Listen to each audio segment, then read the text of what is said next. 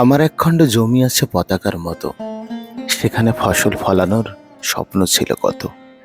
ঘাস ফুলে ঢাকা জমির কিনারায় ফল গাছ, জমির ওপর ছোট নদী, নদীর বুকে মাছ। একাংশে ফলাবো সবুজ শস্য, সোনালি পাট ধান, আর একাংশে চারণভূমি, পাখির কলতান। জমিতে থাকবে শিশির ভেজা মেঠো আলপথ, পথের শেষে খোলা আকাশ, সমুদ্র সৈকত।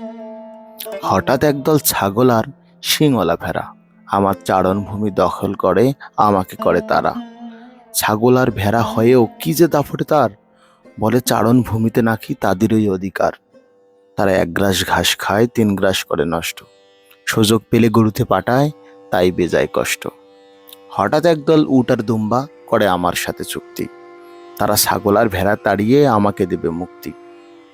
উট আর দুম্বা দিল আন্দোলনের ডাক, এই জমি তো তোদের নয়, পথ ছাড় ভাগ ভাগ। জনতার সাথে লড়াইয়ে টেকবে সাধ্য কারোর নাই। ছাগল ভেড়া ভূমি ছাড়লো, বলে পলাই পলাই। আমার পতাকা স্বাধীন তবে লই মুক্ত বাতাসে শ্বাস। এর মধ্যে শুরু হয়ে যায় উট দুম্বার ইতিহাস।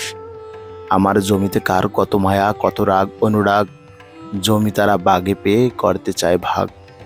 দুম্বা ঘাস কুটে কুটে খায়, উট মরুতে করে বাস, তাই তারা ঠিক করেছে থাকবে না কোনো ঘাস।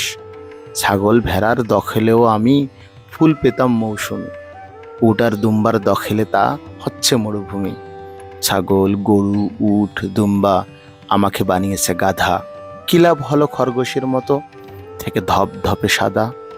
একদল গেলে আরেক দল দেখতে আমি পাই, আমার টুকরো জমিতে যেন আমারই অধিকার নাই।